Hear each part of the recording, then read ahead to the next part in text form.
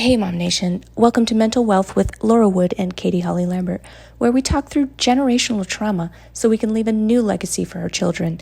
Counselor Laura is with Benevieri Counseling out of Chandler, Arizona, and you can find her on Facebook, on the web, or by the link in the show notes. We hope you enjoy the show. What's up, MOMnation, and welcome to another episode of Mental Wealth with the lovely Laura with Benevieri Counseling. How are you? I'm doing great. How are you? Doing awesome. So good to see you as always.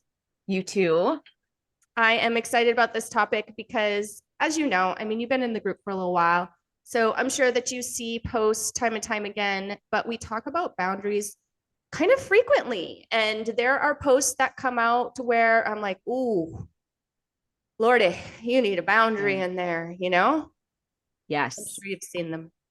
I do. I see them a lot and it's really hard. I love to make things like this into a topic because it's really hard to like type out all the specific things that I want to say to these people. I'm like, I don't have enough space. I'm writing you an essay. I need a whole hour on this. Yeah. So here's my video. Exactly. So especially, right now we're in between holidays, right? So we're coming into the holiday season here. December is tomorrow. I cannot even believe it. And I feel like this time of year is a very common time of year for, families, friends to be together a little bit more. Mm-hmm. And there may be more opportunity for boundaries to have their place. Yes. For boundaries to be necessary, for boundaries to be violated, for boundaries to be enforced. Yes, I agree. So let's start at the beginning because, some of our audience members may be a little new to this topic and may not actually know what a boundary is. So can you go into a little bit of explanation on that? Yeah, I think it's really important. I heard this said once because I think sometimes we think about a boundary and we turn it into like a rule. And so I heard someone describe the difference between boundaries and rules, and that was really helpful. So like a boundary is something that we set to protect our own specific like environment and our internal environment and our external environment in that way. So we can have there's several different kinds of boundaries, but like for sake of example, let's just say I have a boundary that is regarding my exposure to alcohol, right? Let's say I'm a sober person and I don't want to be around alcohol. So I'm going to say, my boundary is that when you're drinking, I'm not going to be around. Like, please don't communicate with me or expect me to be able to be there when you're having drinks, because that's a boundary for me. I'm not going to put myself in that situation. Mm-hmm. Now, a rule would be you have to stop drinking because I don't like it. Those are different. Okay. So like I can't control your behavior, but what I can do is I can explain to you that my behavior is going to change in these particular environments. And so I can say like, I'm not okay with this. And so that doesn't mean you're not allowed to drink, but it does mean that I'm not going to be participating in those activities. And I don't want you to expect for me to be supportive of that. Like, don't call me. I'm not going to give you a ride. Don't call me. I'm not going to answer the phone, and I'm going to get mad at you if you drunk dial me and try to talk to me, whatever, that kind of thing. Right. Mm-hmm. But I'm not saying, hey, don't get drunk. Don't go drink with your friends. That's wrong. Right. Does that make sense? Like the difference? Because I think a lot of times we say like, oh, well, you can't do that thing because that's a boundary of mine. Okay. Well, that's not a boundary. That's a controlling rule. Right. Like a boundary is I won't interact with you on the same level when these things are happening, because those are important. That's about me protecting myself. I'm not trying to control your behavior, but what I am saying is like, that's not okay for me. Mm-hmm. So this does become, I guess, what one might call a slippery slope when it comes to like, we're not punishing, right? So like, again, not a rule. So I'm not punishing you by not being around you when you're drinking. I'm also not going to like hold it against you and like be rude, right? Mm-hmm. Yeah. So it's like, it's a sort of mutual partnership agreement. And so for you to want to maintain this relationship with me, you're agreeing to accept my boundary of not kind of asking me to go out with you when you're drinking, or getting upset with me that I didn't want to come to your wedding because it's an open bar. Like, you can't get mad at me about that. Mm-hmm. Right. because you want to protect the relationship. I want to protect the relationship. So I'm not going to go there because like I can't handle that. Right. So sometimes I think when boundaries and rules get confused, then we get a lot of like control. And I hear this in, I don't know, like what people call like therapy speak or something, like how everybody like talks like a therapist. And what I find about that, that's funny is like, I don't talk like that. Like, that's not therapy speak. That's like made up stuff. Right. So I just want to personally say about therapists everywhere that whatever is being called therapy speak is not therapy speak. It's people making stuff up. So anyway, that's what is a boundary? I love it. And I love that you went into the difference between a rule or a controlling scenario versus a boundary, because I feel like those lines can get blurred pretty easily. Yeah, I think they can and they do, right? How many times have we had a boundary? And I don't know if this is going to be true for everyone, but has anybody ever had a person use a boundary against them in a way, right? Like say, oh, well, that's my boundary. Like you aren't allowed to do that or whatever, right? Like, and that doesn't feel good. And then it confuses us because it's kind of like gaslighting-y. It's like you have to like perform at a certain level. Otherwise, like you're not meeting my expectations and like I won't be able to be around you. Like, I don't know. I think it gets a little tricky. So we kind of have to think through, what is that? What are we actually trying to accomplish here? Boundaries are designed to protect relationships, to keep them safe, not to damage them or to end them or to, control another person. Like use it as a tool of manipulation. Yeah. Correct. Yes. Yeah. I don't think that's what they're for. Well, I'm glad that we're having this conversation because I love what the person said to you, that you had said, you heard somebody describe it really well. I love that because again, I feel like it's really easy to blur those lines. So why, and I know you kind of touched on this a little bit in the initial explanation, but why would somebody need one? Like, again, for your example about the alcohol drinking thing. Yeah. So like, I might need a boundary because I care about these people. Like, let's say I was previously, I drank a lot and it became problematic in my life. And so I had to stop drinking. But I have all these relationships that were built in drinking. Yeah. Right. Because that's what I did. So all my friends and my family, maybe they still drink, but I still love them. I want them in my life, but I need that to be safe. And so I want to let them know, like, I really love and appreciate you. And I'm not judging your behavior. I'm simply saying like, I can't be there because it's hard for me. It's causing me danger in a way that is not safe for me to, like, I maybe I feel uncomfortable. I feel whatever I feel. And so like, I'm not in a place personally to be able to tolerate that. And so it's for my own safety so that I can still maintain this relationship that is deeply important to me. Otherwise, like I'm saying, oh, well, stop drinking or we're not friends. Like that doesn't make me feel good. That doesn't keep me safe. Like, so that's really the purpose, is to keep people safe in relationships. Yeah, that makes a lot of sense. So again, these questions that I have, you kind of touching on, start right, touching like on them in the previous answer. Okay. Stick to the one thing. Yeah, right. No, they're all related. But so let's talk a little bit about who you would build them with. Like, for example, you brought up family members. I'm assuming spouse would be on that list. Like, what other relationships or scenarios do you see typically, or do you see a lot of, where boundaries are necessary? Gosh, I mean, I think everywhere, right? I think personal boundaries with yourself.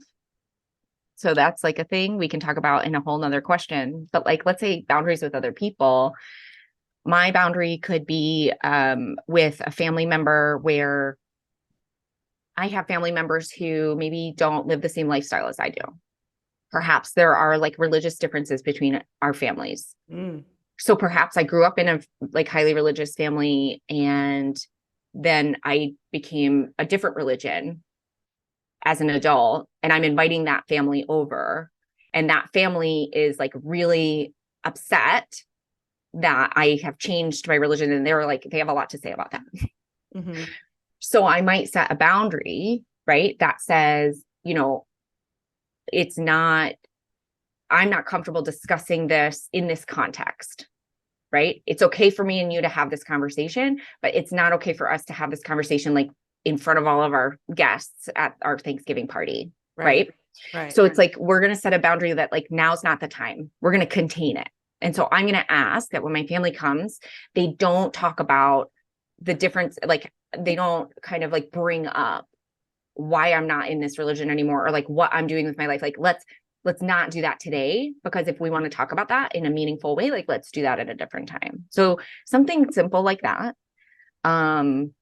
Another thing that's simple is something that's really common, like objectively, it's not okay to hit each other. Mm-hmm. Okay. So like, let's say my family, maybe we're like loud and boisterous and we are physical and like, that's a thing. Right. And so like, we might go and like slap, like just even like playing or whatever. Well, like, let's say that makes me uncomfortable. Like, okay, it's not okay to put hands on each other. Right. Like, I'm not comfortable with that.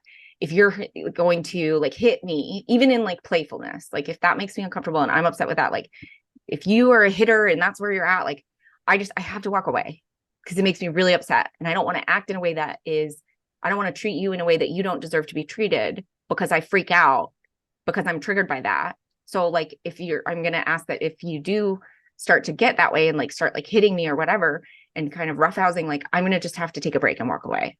Mm-hmm. Right. So it's like, I'm letting you know, like, this is something that's hard for me. I recognize that that's part of your personality. Like, whatever, do that. That's fine. But like, I can't deal with that. I'm not okay. It like makes me really upset and uncomfortable. And so like, I'm going to walk away, and then it's not okay for you to be like, well, oh, you're no fun. Like, you're just like, whatever. You know what I mean? Like when people set a boundary or try to walk away or remove themselves from a situation that makes them feel uncomfortable, a lot of times I think they become villainized for that. Yes. Ooh, let's talk about that. Okay. Right. So like the boundary is what's helpful in saying, this is how I feel about this particular thing. Now, I want to support you in behaving that way and however you want to, like, this is your life. But like, I need you to not do that to me. Right. And if that's not okay for you, like, then let's have a meaningful conversation about like why and like what that means for the state of our relationship and like what we're going to do moving forward. Mm-hmm. You know? So like, say the thing you were thinking when I said the villainizing thing, because I saw like a spark. I saw something happen for you. Well, I'm just like maybe a little insight as to why another person would treat the person trying to establish the boundary with them like that, like, and how to communicate with that. Mm-hmm. I think depends on the person, but a lot of the time it's shame. They're embarrassed, maybe they Yeah, got called out on something. exactly. Yeah. Right. Like nobody likes to be called out. Nobody likes to be told that what they're doing is wrong. And so people react defensively when we kind of say like, hey, that wasn't okay for me, especially when we're direct, because like people aren't used to that. That's why so many people are use passive aggressive language. Right. Because directness can be jarring and hard to hear. And so that can make us feel defensive and then respond in a defensive way. And so when we get defensive, we're trying to protect our own feelings. And a lot of the time, the way we protect our own feelings is by deflecting and blaming somebody else.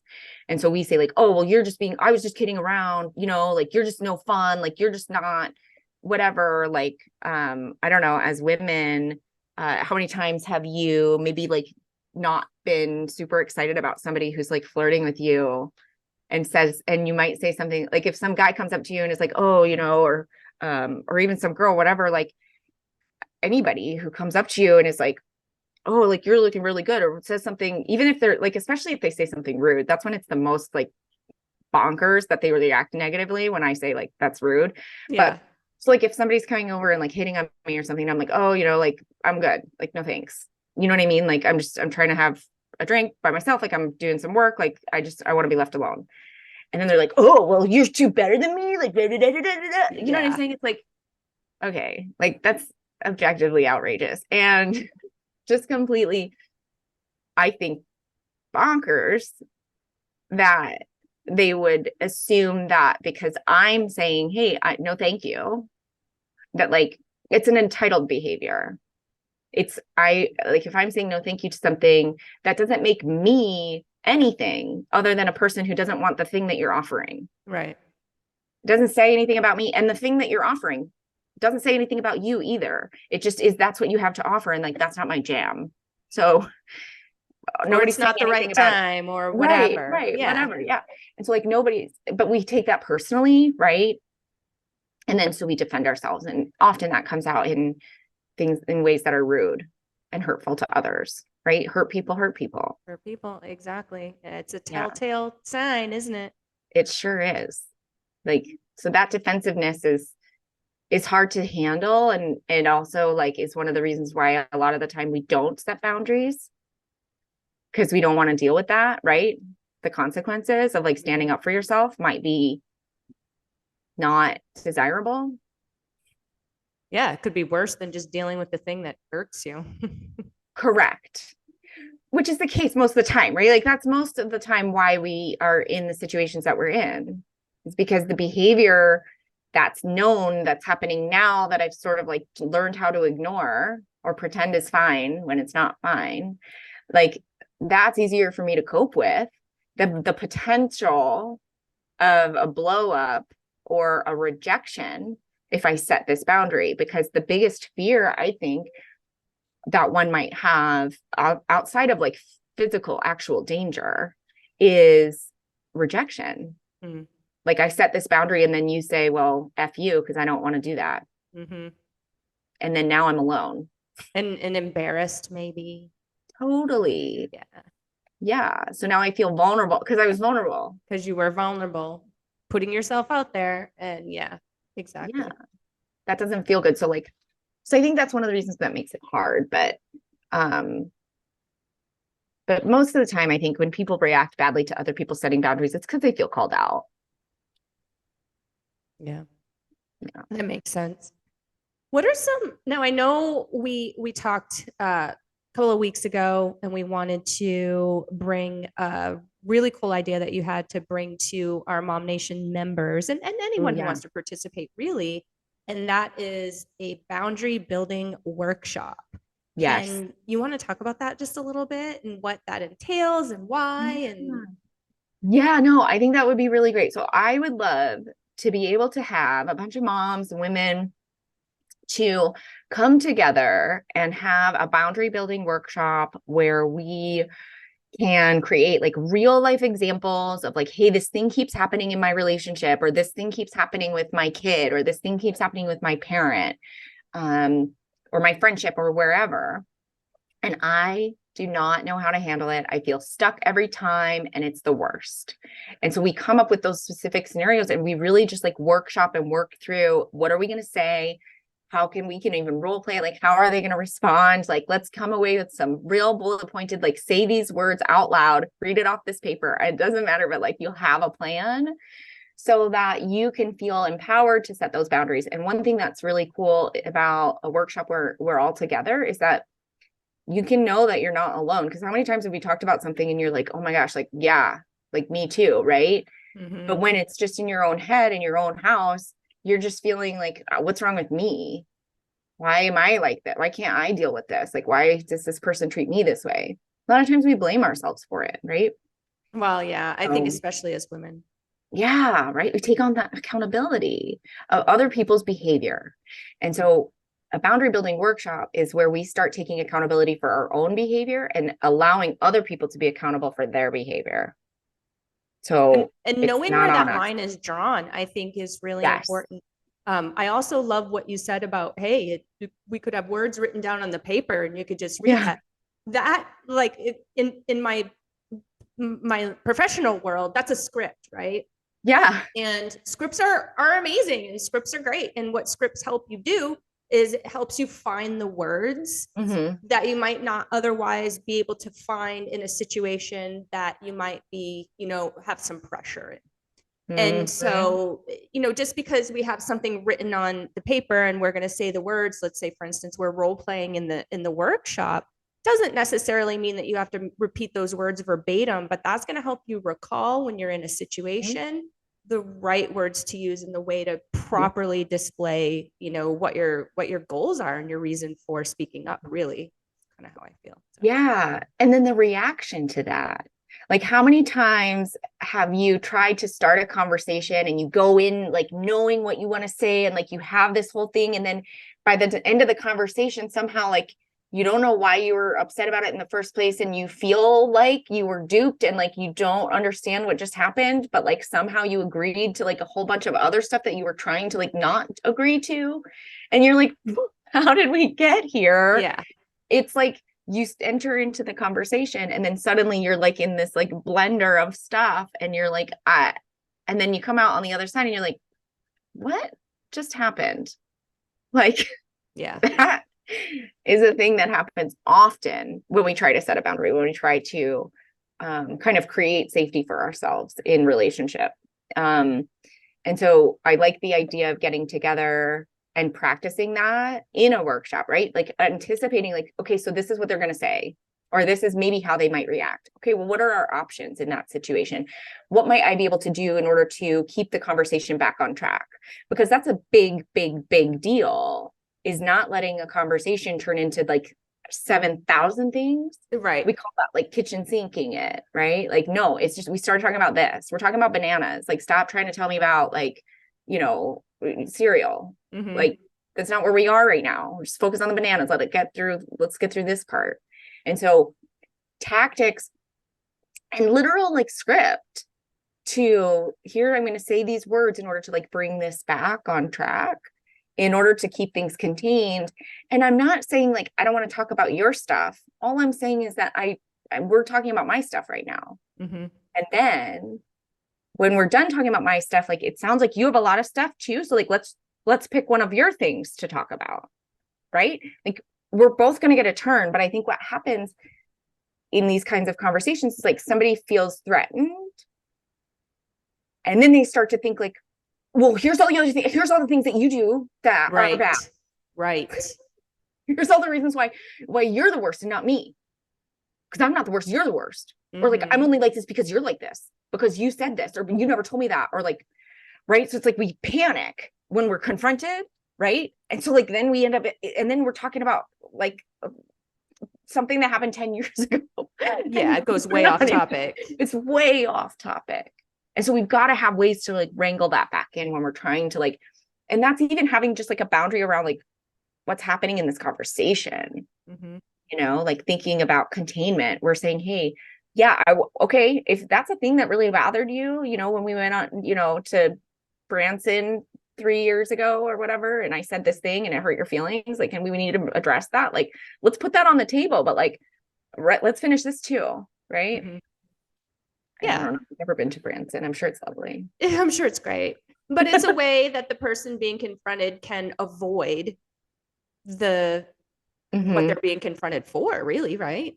Oh yeah, totally. It's an avoidance tactic, right? Like, oh, look over here. What about this? My thing doesn't matter because like the thing that you're saying I did doesn't matter because of all these other things that you probably did.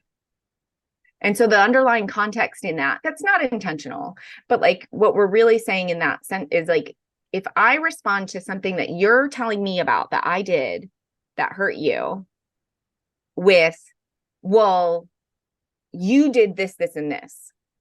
What I'm really saying is you deserved it. You deserved to be hurt because you did these things. And so a person who does those things deserves to be hurt. That's really what I'm saying. And so I think that if we knew that that's what we were saying to our partner, we would probably like think differently about responding that way. But that's the message, right? That's the context, the subtext. That's true with parents and kids relationships too. Ooh, right? I'm glad you brought that up because you had said when you first started talking about the workshop, which I'm excited about, by the way, and I love that you want to use real life examples because I feel like that helps people learn. But you had said something about boundary building with kids, and that's not something that we've talked about yet. And I feel like as a parent, my initial reaction to that, right, is boundaries with my kids. Why? Like, what are those? Well, but I mean, I don't know. I don't have a teenager yet, so maybe What are things those? change. No, but that's really good. I'm glad that you reacted that way. Because then, like, so what do you think of when you thought of boundaries with kids? Like, what came to your mind? I mean, I just have a little guy. He's gonna be 10, so he's not, too intense yet. I've heard it gets a little more interesting. Um, Possible. but if I were to, I don't know, like I don't even know if I have a boundary with him. I must Of on course you do. something. Just Yeah. nothing is really floating to the surface for me. Mhm. Well, so boundaries with kids are things like, if a kid, let's say my kid gets mad, they get really, really mad and they like to yell and scream and say hurtful things because kids can be mean. They can. And I'm going to need to like audit all of our episodes to see how many times I've said that. Yeah. because, Well, it's the because truth. kids can be mean, right? And it's so personal and hurtful to the mom on the other end of that, which is a whole other thing. But I guess what a boundary could be is, hey, it's okay for you to feel angry feelings. And it's not okay for you to say those things to me or to anyone else. You're not allowed to say hurtful things to people when you get angry. So here's what the boundary is. I'm not saying don't get mad. Don't have a meltdown even. All I'm saying is that you can't hurt people when you're mad. Yeah. So like, that's a boundary that I'm saying, like, I can't allow you to say those things to me because that's not acceptable behavior. So you might even say that same thing to an adult, but the boundary with the kid is like, I want to support, I'm going to be here to support you through your frustration, but I can't stay here if you're going to hurt me. Right. So I'm going to have to be supportive, but from a different room if you're going to do things that are hurtful. So I want to be here to support you when you're having a hard time. Right. Because I'm the mom and I want to be here with you. And I see that you're upset. So like, I'm not asking you to not be upset. That's unreasonable. But I am asking that even though you're upset, it's not okay to hurt somebody. Right. Or property. Because I know some like what was my have issues with that. Oof, I'm one of those parents. I've had issues with that. I think I have a post about this, but it's like, it's not okay to damage property. It's not okay to hurt people. It's not okay to hurt yourself. And right? Animals. And animals. That's another big one. So those things are just not okay. So I can say like, I want to be in this with you. Like, let's say it's an adult. I want to be in this with you and I want to have this conversation, but we have to take a time. We have to pause if you're going to be calling me names. Right. So with a kid, the same is true. Like, hey, I want to be supportive. I want to show you that you're not alone. And I can only do that as long as, I'm safe. And you deserve to be safe too. So we're going to sit here safely. And that means that we don't hurt each other when we're upset. So, I mean, other boundaries are sometimes even simpler, like, kids are not, I mean, I guess that's more of a rule. Like boundaries with kids might be, I'm not going to discuss our budget or financial whatever with you. Like I'm right. Like that's not something that I can discuss with you at this time because you're not old enough and that wouldn't be appropriate. Right. Or would an example be like, how some kids will, and I remember doing this back when I was a child, get kind of involved in their parents' relationships. Yes. Okay. That's so good. Yeah. Yeah. That's so good. Right. So like if a kid is like chiming in, like, if a kid is chiming in and saying like, oh, well, mom said this about you or whatever, like, hey, that's like, no, right. We're not going to do that. If a parent is bringing a kid in, like, I think this came up last time. Like if a parent is bringing a kid in, like, right, what do you think? Nope, not okay. Right. So that's a boundary. Like that's an adult conversation, not for a kid to have. That's a boundary. It's not saying you can't talk about relationships or whatever. It's saying that what you're doing is not okay. Like, we're not going to be able to have that conversation. And that doesn't say anything. We're not mad. We're not whatever. We're just like, no, that wouldn't be appropriate. That wouldn't be safe for the child. So those are some of the boundaries that we have. Right. And there's a difference between teaching your child about healthy relationships and teaching your child about finances and then Mm-hmm. making it too personal. Is that a Yeah. good way to describe it? Because I mean, Yeah. that is our job, is to teach them those things. Mm-hmm. Yeah. And those are like lessons in context of lessons out, and not the child is required to like intervene in order for the family to get through and survive, because that's like a dangerous situation for a child. That's an unhealthy situation for a child. And that causes developmental trauma. Mm-hmm. It's too much too soon. Mm-hmm. Right? A kid is not responsible for keeping their parents' relationship together.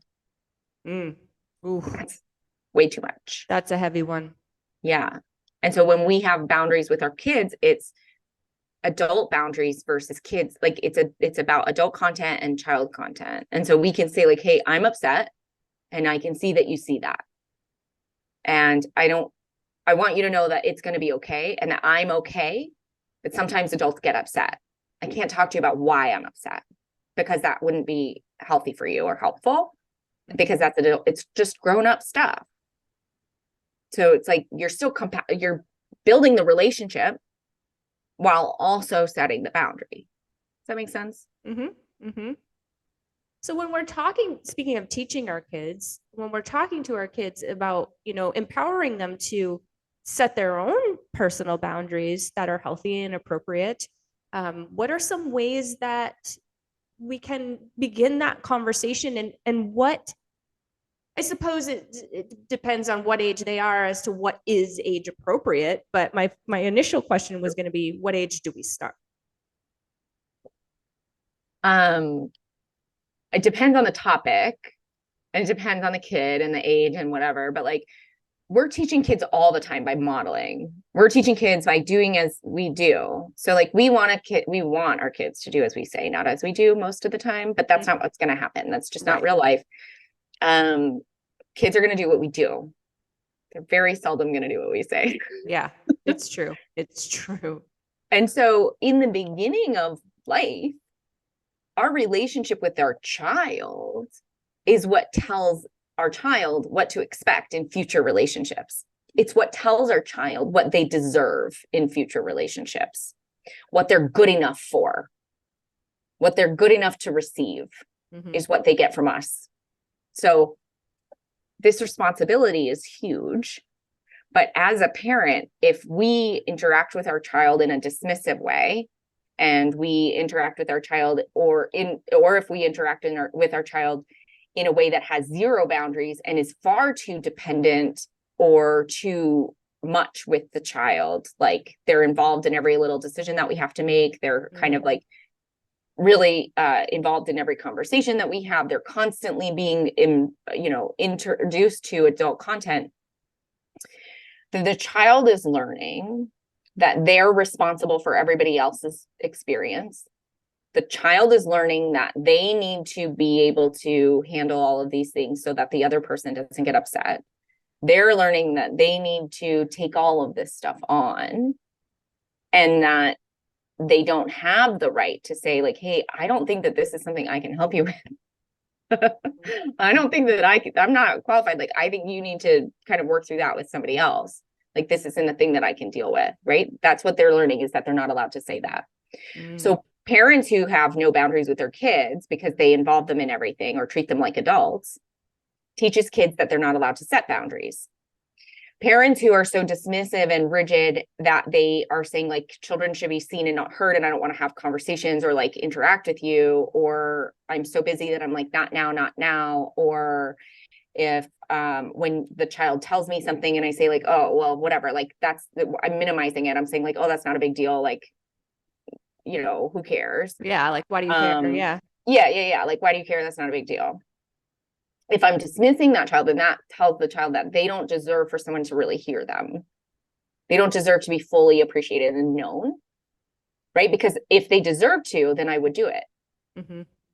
That's how children learn. Mm-hmm. So just like you learned to walk when you were a baby, because I hear this from clients all the time, like, well, you know, it's not like I still think about that stuff. Well, that's true. Right. But everything that you learned as an infant or as a toddler or as a little kid, like you're still doing today, right? It's when you A learn to read. lot. Yeah. That's when you learn to walk. That's when you learn to write. That's when you learn. So those lessons lasted, didn't they? Yeah. You still do it the same way you did back then, most likely.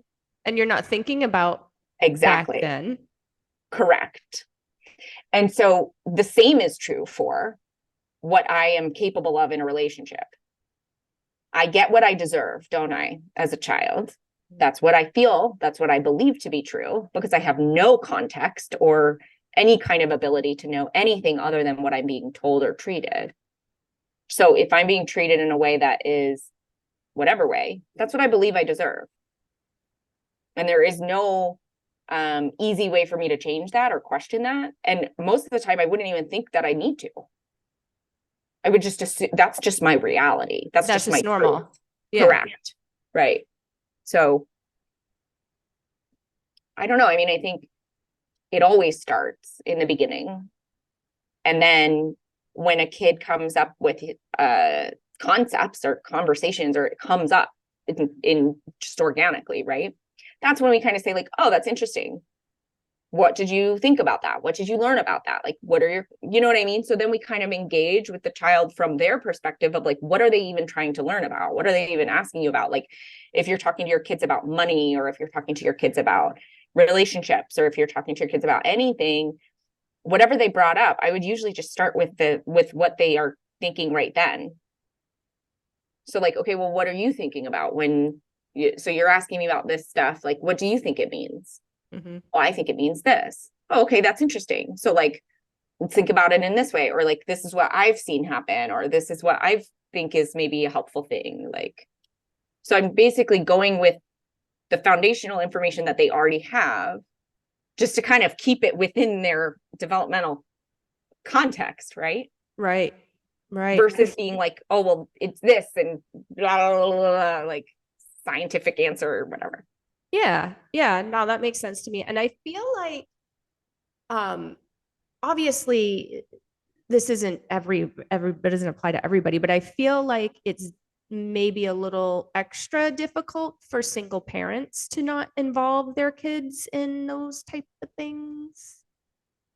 100%. I think so. I'm a single parent. My kids were really little when I became a single parent. My oldest was only 5, and my youngest was in diapers when I became a single parent. So like anything I've ever done, essentially they were there for. Like there was nobody else. It was just, and so if I'm on the phone or if I'm experiencing stress, I can't be like, hey, I'm going to go into the other room for a minute.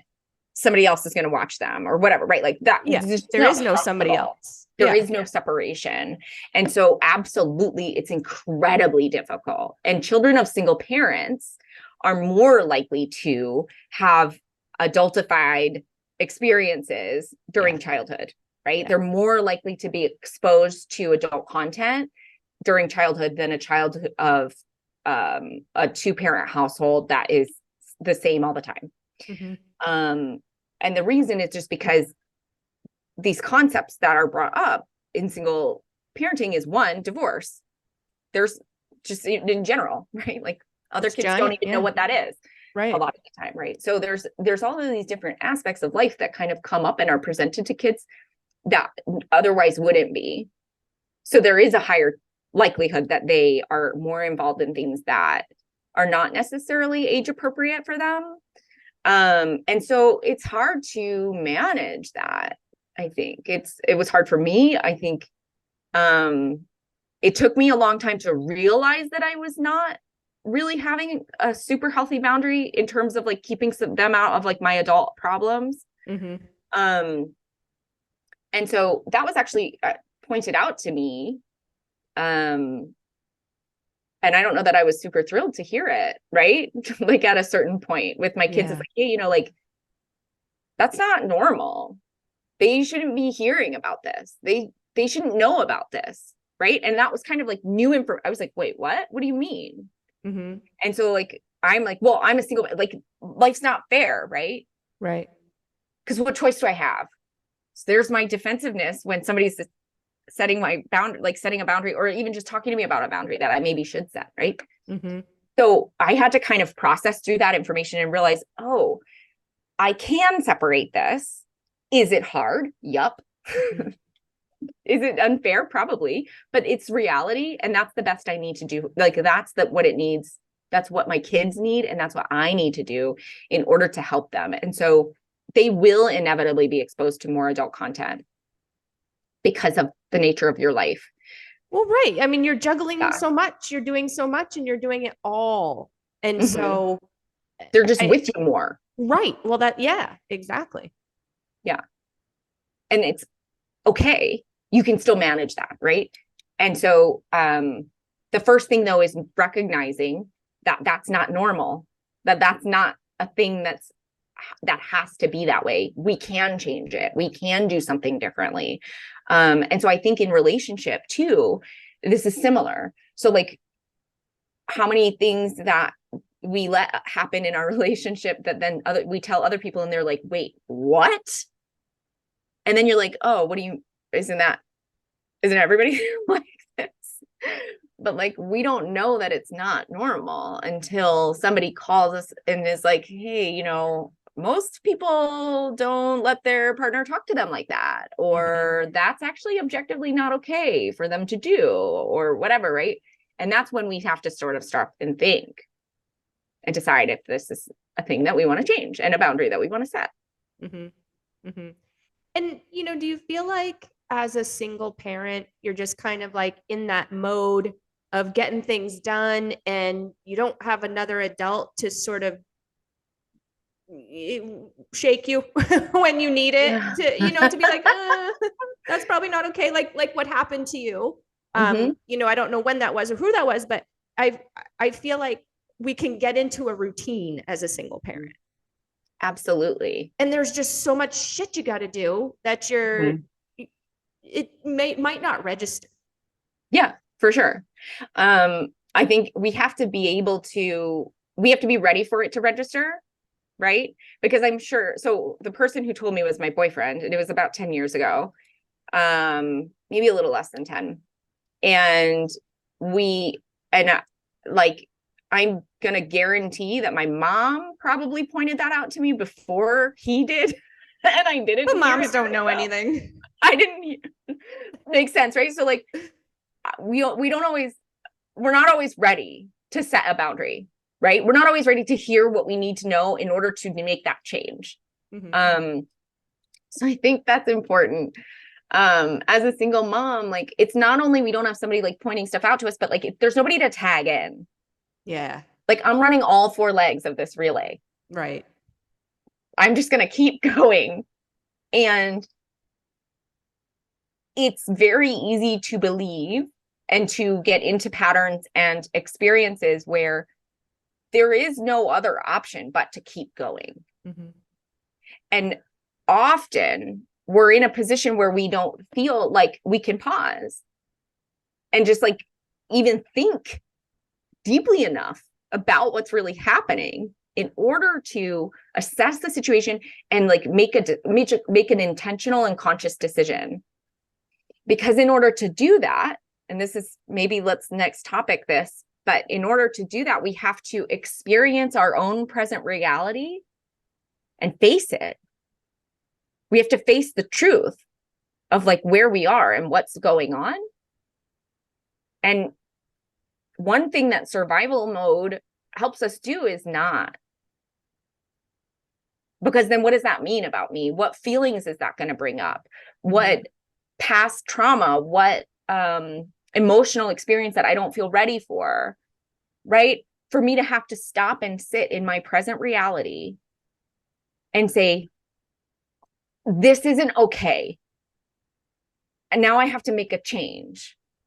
And so whether that's in a relationship with a child or in a relationship with a partner, that means that I have to do some really hard work and I have to face some really hard feelings and I have to deal with things that I don't want to deal with. because it's hard and painful and very, very scary.